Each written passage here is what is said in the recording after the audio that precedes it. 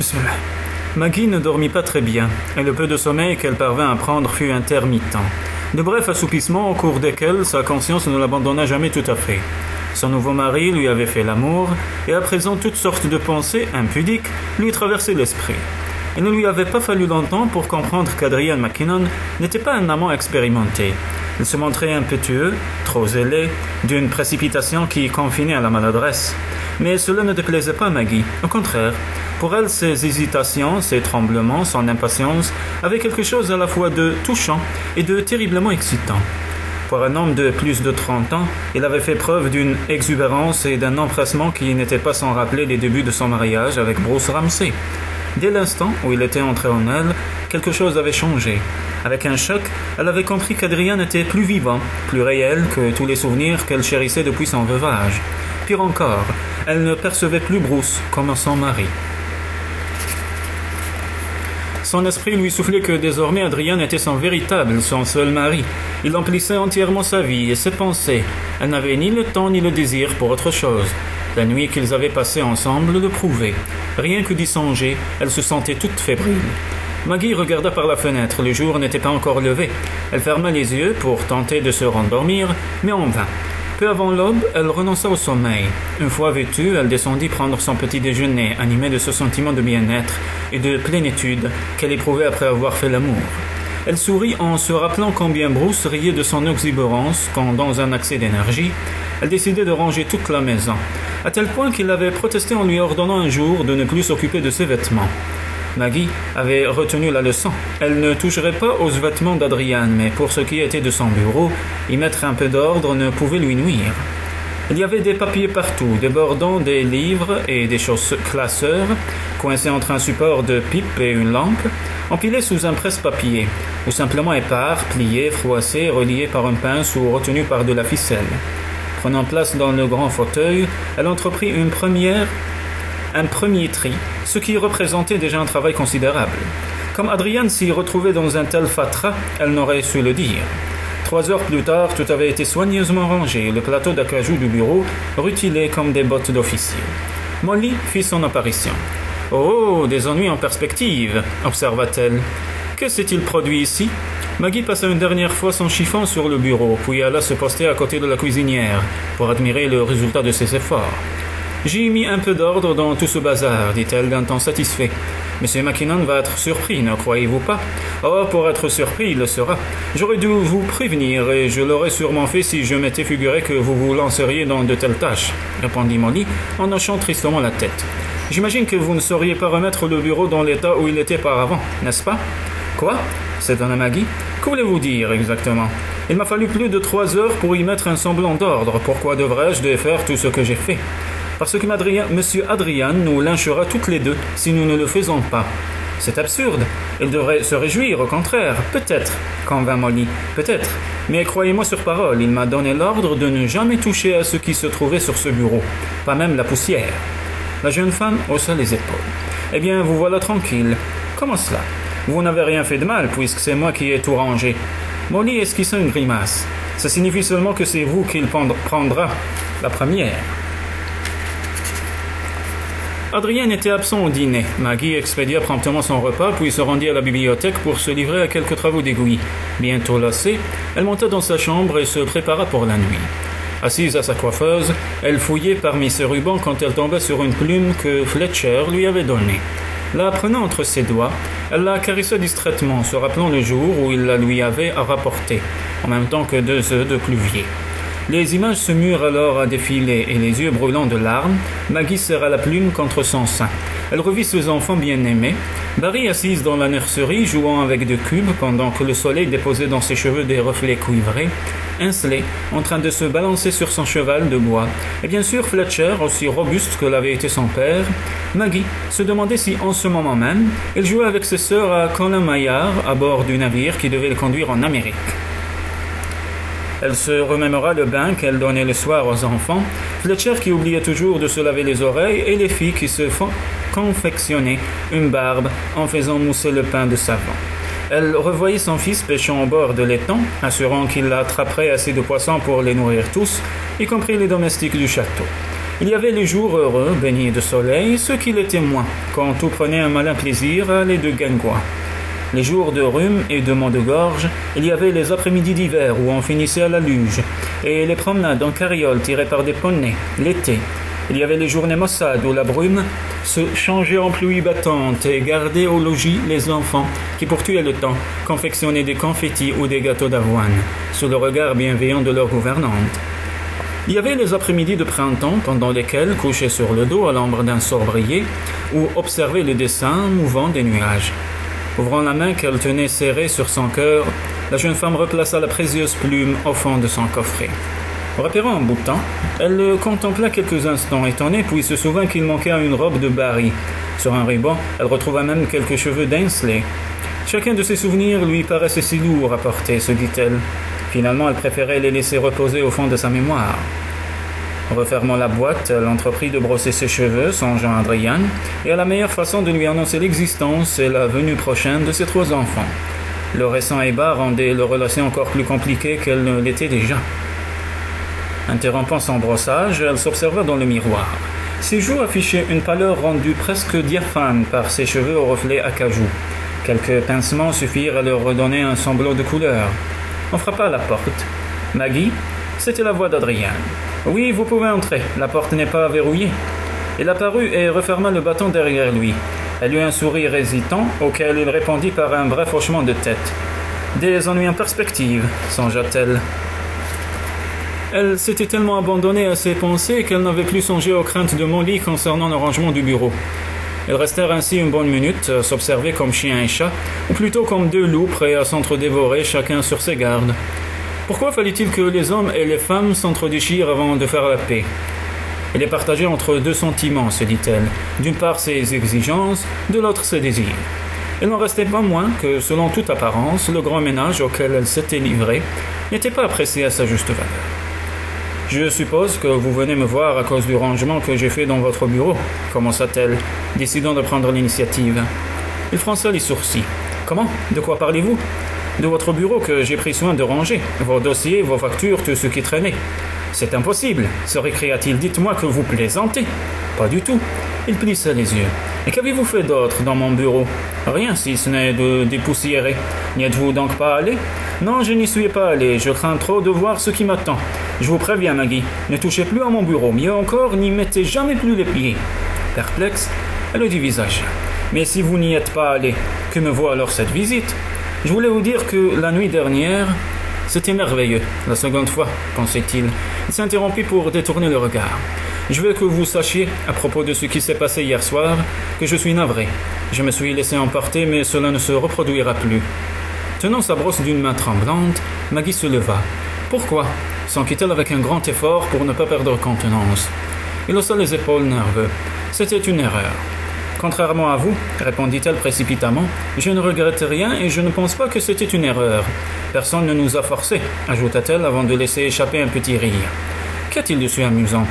Nous 2, dit-elle simplement, je vous trouve risible, pas vous? Je ne comprends pas, auriez-vous perdu l'esprit? Oui, je le crois, acquiesça-t-elle en riant à nouveau. Il faut bien que ce soit le cas, pour trouver drôle le fait que nous voyons les choses de façon diamétralement opposée. Adrien la regardait fixement, sans comprendre où Maggie voulait en venir. La nuit dernière, poursuivit-elle d'un air songeur, je peux m'empêcher d'y penser, et à l'évidence, il en est de même pour vous. Mais semble-t-il pour des raisons différentes. Vous faites irruption dans ma chambre pour me dire que ce qui s'est passé ne se reproduira plus, alors que moi je compte les heures en attendant de vous retrouver. Avouez que c'est cocasse, acheva-t-elle d'une voix à peine audible. Devant l'air ébahi d'Adrian, elle fut tentée de rire, mais au lieu de cela, elle hocha tristement la tête. Comme quoi les idées qu'on se fait peuvent être très éloignées de la réalité, conclut-elle en lui décochant un regard acéré. Puis elle demanda, remarquant les traits tirés de son mari, « Je suppose que vous n'avez guère dormi la nuit dernière. »« Pas du tout, avoua-t-il. Moi non plus. Figurez-vous, j'ai passé une grande partie de la nuit à réfléchir. Mais je me rends compte maintenant à quel point nos idées peuvent diverger. Vous pensiez à une fin, quand je rêvais d'un commencement. » Il secoua la tête. C'était un rêve insensé. En effet, c'est une mauvaise habitude que j'ai. Elle laissa échapper un soupir résigné après la fougue dont il avait fait preuve, les élans de passion qu'il avait eus pour elle. La jeune femme ne pouvait concevoir qu'il vint lui annoncer, dès le lendemain, que tout cela n'était qu'un malheureux incident, une méprise. Il était navré, prétendait-il. Admettons. Mais en réalité, de quoi avait-il peur? Elle soupira encore, détourna les yeux, soudain honteuse de ce qu'elle s'apprêtait à dire. Vous m'avez aimé la nuit dernière, a dit Ryan. Et je... Elle s'interrompit pour lui faire face, sachant que les mots qu'elle allait prononcer devaient se dire en le regardant dans les yeux. Je voulais que vous sachiez que j'y ai pris grand plaisir.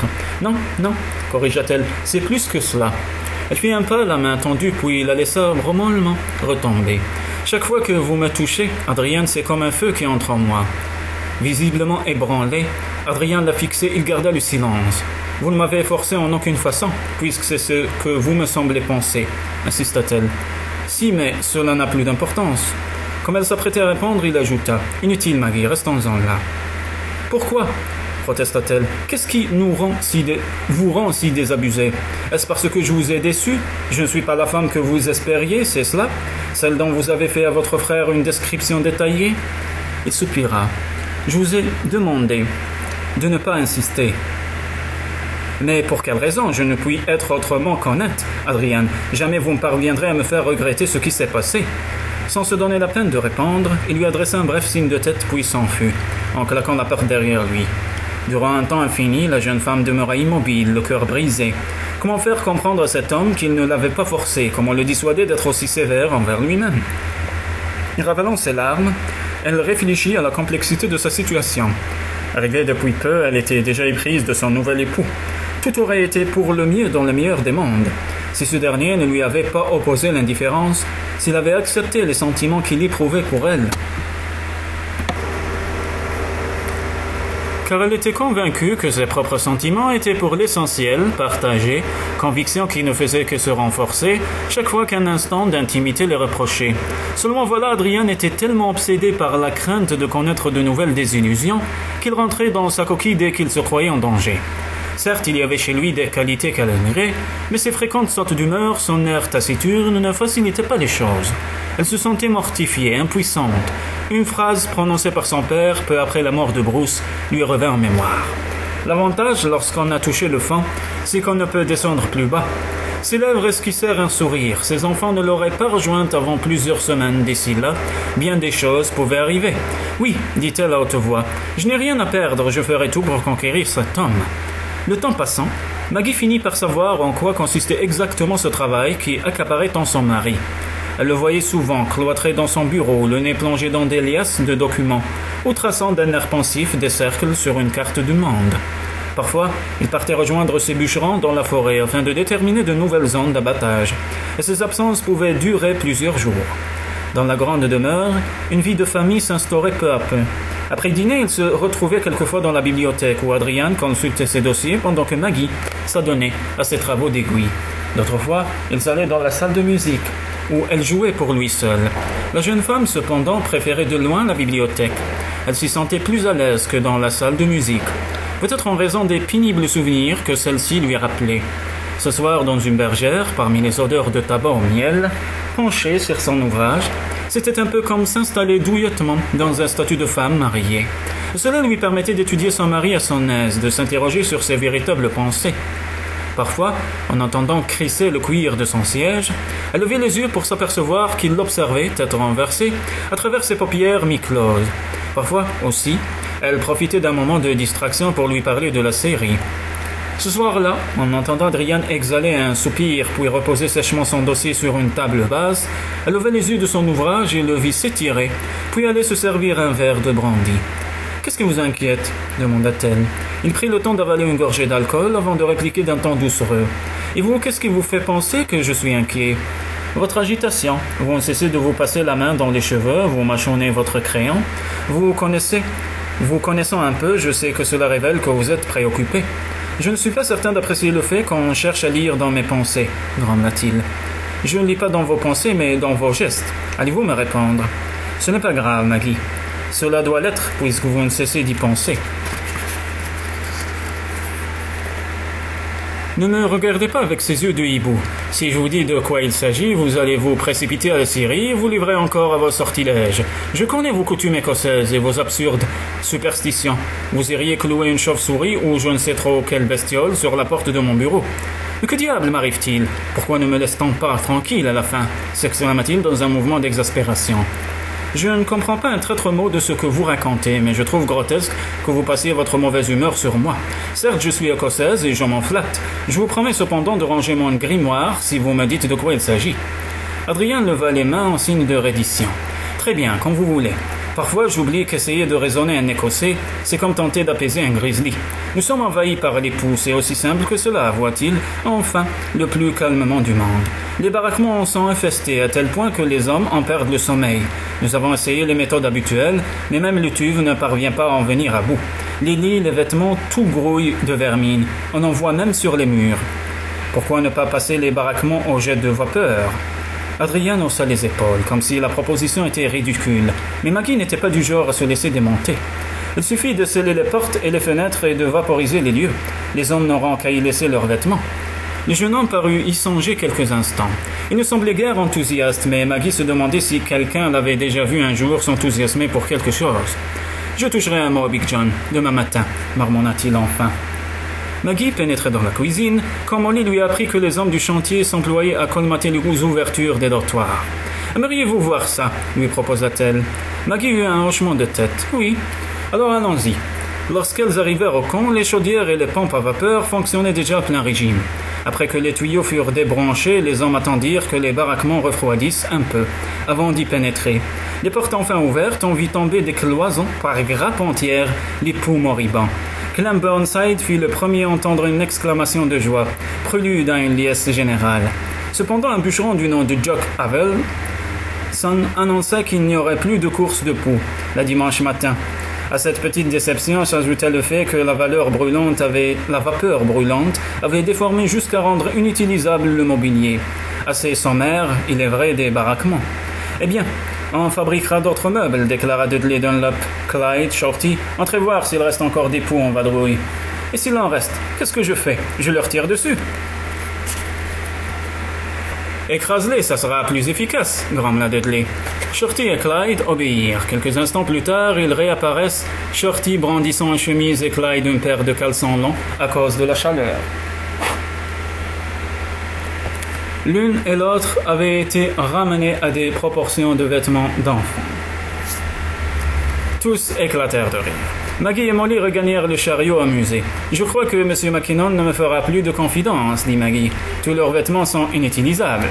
Si vous prenez encore l'envie de vous faire des confidences, elle ne suivra plus vos conseils, ça, c'est sûr, chérie Molly. » Puis avec un claquement de reine, la cuisinière fit tourner l'attelage en direction de la colline. « Monsieur Adrian, vous a-t-il réprimandé au sujet du grand ménage que vous avez fait dans son bureau ?» s'enquit-elle au bout d'un moment. « Non, pas vraiment, » répondit évasivement la jeune femme. « Voilà qui me surprend beaucoup, » commenta la cuisinière en secouant la tête. « Tatillon comme il l'est, je m'étonne qu'il soit passé sur ce genre de détails. » Le dîner s'était achevé depuis des heures quand Maggie reposa son ouvrage et s'étira en étouffant un bâillement. Son geste s'interrompit lorsqu'elle sentit peser sur elle le regard de son mari. Un regard qui chaque fois la troublait, bien malgré elle, au plus profond du cœur. Ce regard inquisiteur, qui considérait tout avec méfiance et cynisme, devait bien cacher quelque chose, mais quoi? Peut-être prêtait-il quelques obscures intentions à cet innocent bâillement, songea-t-elle, le cœur serré. Toute autre femme ne serait insurgée devant cet entêtement à vouloir l'intimider par ses regards lourds et insistants. Si l'on considérait seulement les apparences, son mari était un homme froid, égoïste, avec un penchant marqué pour la cruauté. Mais Maggie n'y croyait pas. Elle soutenait sans un battement de cils le regard noir qui la dardait sur elle. Elle se disait que l'attitude d'Adrien n'avait rien de celle d'un despote ou d'un enfant gâté, que la froideur de son regard attestait, en réalité, de la triste vision qu'il avait de lui-même et de son invincible méfiance envers la gente féminine. « Êtes-vous fatigué ?» demanda-t-elle. « Non, et vous ?»« Non plus. » Perdue dans la contemplation des bûches qui flambaient dans la cheminée, elle laissa échapper un soupir. Un bref regard lui suffit pour se rendre compte que son mari la dévorait des yeux. La dernière fois qu'il avait eu ce regard, il s'était retrouvé dans le même lit. Était-ce son intention encore aujourd'hui? Maggie sentait qu'il brûlait de lui dire quelque chose. « Parlez !» lui cria-t-elle mentalement. « Mais parlez donc !» Avait-il entendu sa prière? Toujours est-il qu'il détourna piteusement la tête. « Allons, pensa-t-elle, un peu de courage. Dites ce que vous avez sur le cœur, avouez-le franchement et sans crainte, puisque cela fait des semaines que je lis dans vos yeux. Admettez que vous êtes épris de moi, Adrian. Il n'y a que le premier pas qui est difficile. Vous me direz ensuite tout ce que vous éprouvez. Cessons de nous faire du mal. Mettons un terme à cette triste comédie, je vous en supplie, Adriane. Adriane? La jeune femme n'eut pas même conscience qu'elle venait de prononcer son nom à haute voix ni de la main qu'elle lui tendait. Tout ce qu'elle vit, ce fut son regard sombre, la haine qu'il concevait pour lui-même, la souffrance de se sentir désarmé face à elle. Elle se détourna donc, paupières closes, puis traversa la pièce pour aller tisonner les braises mourantes. Peut-être ne sommes-nous capables que de feindre, lâcha-t-elle sans se retourner. Pardon? Je disais que nous n'étions peut-être capables que de feindre. Feindre quoi, Maggie? Vous parlez par énigme. Feindre que nous nous estimons, feindre que nous sommes mariés. Mais nous sommes mariés, se récria le jeune homme en rougissant. Et je vous estime parfois. Parfois, s'insurgea-t-elle, le feu aux joues. Si vous pensez que je vais vous répondre parce que vous me brandissez ce tisonnier sous le nez, vous ne me connaissez pas, ricana-t-il déjà sur la défensive. Comment osait-il lui rire au visage? Oh, je vous connais très bien. Allez, assez pour savoir que vous êtes de bien triste compagnie. Je ne sais même pas pourquoi j'essaie de vous raisonner, de vous inciter à faire preuve d'amabilité quand il est flagrant que vous en êtes incapable. Quand comprendrez-vous que vous n'êtes qu'un rustre? Jetant le tissonnier au feu, elle quitta la pièce sous le ricanement sarcastique de son mari. Débordant d'activité, le chantier se changeait en véritable ruche. Les jours de paix, dans le bureau, c'était un incessant défilé de bûcherons. Certains n'apparaissant que le temps de recevoir leur dû, d'autres profitant de leur brève présence pour se faire soigner à l'infirmerie. Passant outre l'interdiction d'Adriane, Maggie ne manquait pas de s'y rendre dès que l'occasion se présentait. Vêtue d'une blouse de coton blanc, elle était auprès du bûcheron, l'image même du dévouement et de l'efficacité, désinfectant la blessure de l'un, prodiguant quelques conseils à l'autre, allant même jusqu'à recoudre des plaies. Et quand personne ne venait la voir, elle s'accoudait à la fenêtre et observait l'activité du camp. « Excusez, madame ». Maggie se retourna et aperçut un garçon de 15 ou 16 ans, aux cheveux de lin et aux yeux bleus de viking, dont la jambe saignait abondamment. « Mon Dieu !» s'exclama la jeune femme, saisissant un paquet de bandages. « Ne reste donc pas planté là, à te vider de ton sang. Installe-toi plutôt sur cette table. Je vais te faire un pansement. » Le garçon tempéra. Maggie découpa la jambe de son pantalon. « Que t'est-il arrivé ?» interrogea-t-elle. « Tu as une méchante écharde qui sort de ta cuisse. »« Elle est profondément enfoncée, halta-t-il. »« Bien, fit Maggie, en préparant d'une main tremblante une potion faite d'opium diluée dans de l'eau. Avale ceci et allonge-toi. » Après que le garçon eut absorbé le breuvage, elle aida à s'étendre sur la table de soins. En attendant que l'opium fit son effet, elle s'employa à rassembler les instruments dont elle aurait besoin. « Vous n'allez pas me couper la jambe, n'est-ce pas, madame ?» s'inquiéta-t-il en se redressant sur les coudes. « Non, » le rassura Maggie en lui écartant les cheveux du visage. « Comment irais-tu courir après les filles sur une seule patte ?» Il la gratifia d'un faible sourire. « Merci, madame. » « Comment te nomme-t-on, mon garçon ?» s'enquit-elle en commençant à nettoyer la plaie. « Will Watkins, madame. »« Eh bien, Will Watkins, dis-moi comment tu te sens maintenant. »« J'ai un peu sommeil, madame. »« Bien, tu n'as qu'à dormir. » Lui prenant les mains, elle les plaça sur le bord de la table. « Et si je te fais mal, tu n'as qu'à serrer très fort, » ajouta-t-elle. « Oui, madame. » Maggie contempla l'éclat de bois enfoncé dans le muscle. Elle fit une grosse boule de coton afin d'endiguer l'hémorragie qui ne manquerait pas de survenir dès qu'elle le retirerait. La saisissant à deux mains, elle se mit à tirer. Les doigts de Will se crispèrent sur le bord de la table et son visage se couvrit de sueur. « Respire à fond, mon garçon, et n'hésite pas à crier si tu en ressens le besoin. » Rassemblant ses forces, elle empoigna l'éclat de bois et tira dessus. Le morceau de bois effilé comme une épée céda brusquement. La jeune femme faillit tomber à la renverse. 1h30 plus tard, la plaie était désinfectée et recousue. Quand Clem Burnside apparut pour la ramener au baraquement, le jeune blessé dormait profondément. « Il faudra lui retirer les poings dans quelques semaines, » annonça Maggie en lui tenant la porte pour les laisser passer. Elle eut à peine le temps de remettre un semblant d'ordre dans l'infirmerie, que Big John montrait sa grosse tête de grizzly en déclarant qu'il ferait bientôt nuit. « Si vous vous dépêchez, ajouta-t-il avec un clin d'œil appuyé, vous pourrez rentrer avec votre mari. Il quitte le bureau dans quelques minutes. » Mais lorsqu'elle voulut le rejoindre, Adrian était déjà parti.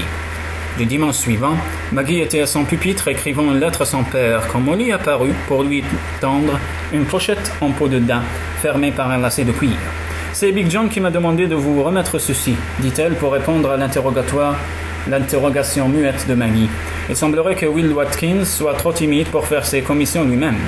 Renversant la pochette dans le creux de la main, elle découvrit un collier de coquillages. « Ce sont des coquilles de Dantal, » expliqua Molly. « C'est un signe de prospérité chez les Yuko. » Maggie examinait le coquillage d'un blanc presque translucide.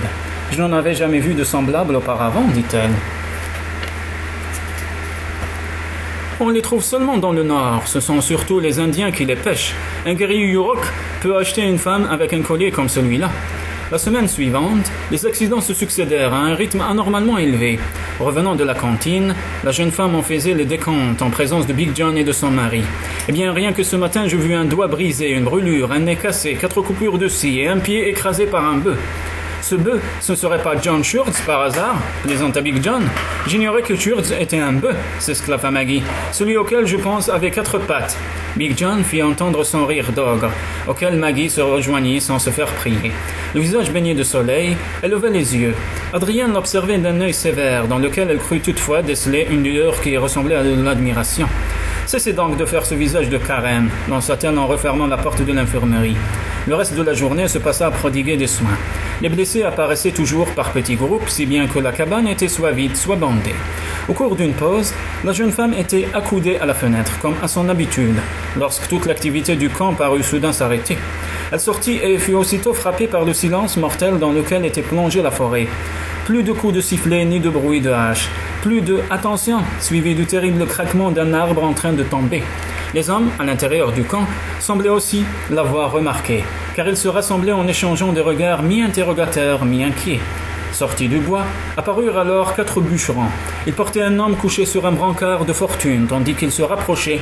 Maggie reconnut les cheveux de l'un de Will Watkins, le garçon qu'elle avait soigné quelque temps plus tôt, et qui, elle l'avait appris depuis, avait pour tâche de graisser les glissières sur lesquelles descendaient les chargements de bois.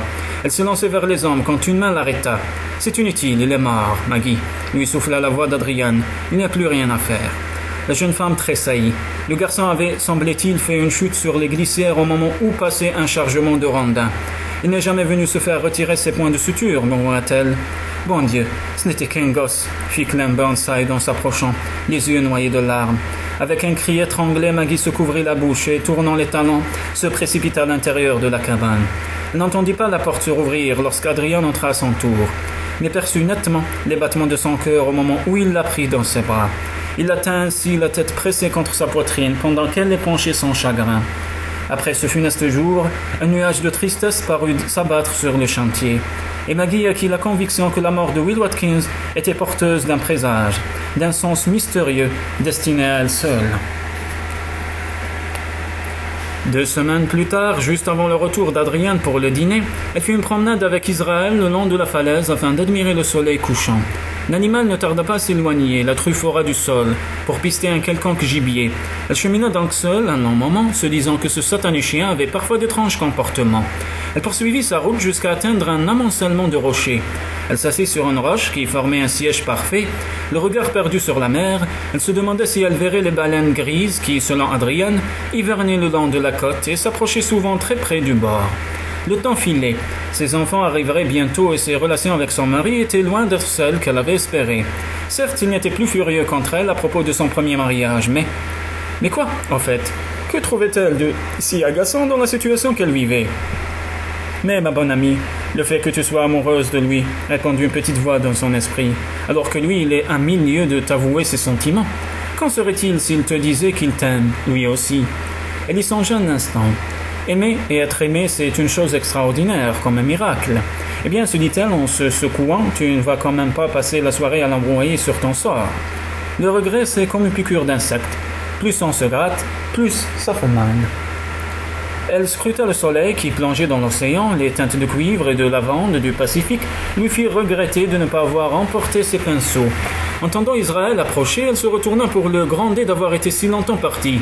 Mais c'est Adrienne qui, le premier, apparut dans son champ de vision. « Que faites-vous ici » lança-t-il. « Il fait presque nuit. »« J'attendais le passage des baleines grises, » dit-elle en offrant son visage au soleil. « Et en avez-vous vu ?»« Non, aucune. Alors j'ai décidé d'admirer le coucher du soleil. Cette heure est vraiment exceptionnelle. Le crépuscule a des couleurs qu'on ne peut voir à aucun autre moment de la journée. »« Je sais, » acquiesça-t-il en prenant place auprès d'elle. « Deviendriez-vous sentimental par hasard ?»« Oui, » dit-elle avec humour, « et affamée aussi. Si c'est le cas, pourquoi ne pas avoir regagné la maison? J'ai préféré contempler le coucher du soleil. »« Et me laisser dîner seule ?»« Oui, » s'exclama-t-elle en lui décochant un regard de biais. « Je sais combien vous appréciez votre tranquillité. » Comme Adrienne restait de marbre, elle ajouta. « Vous ne souciez jamais que par politesse, n'est-ce pas? Je souris seulement quand j'ai des raisons de le faire.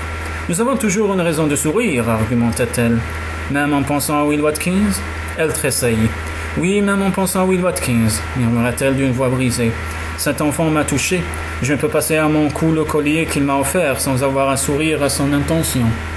Elle grimpa hâtivement les marches et, n'entendant pas s'éloigner le pas de son mari, comprit qu'il l'observait. Elle en fut troublée plus qu'elle ne l'aurait souhaité.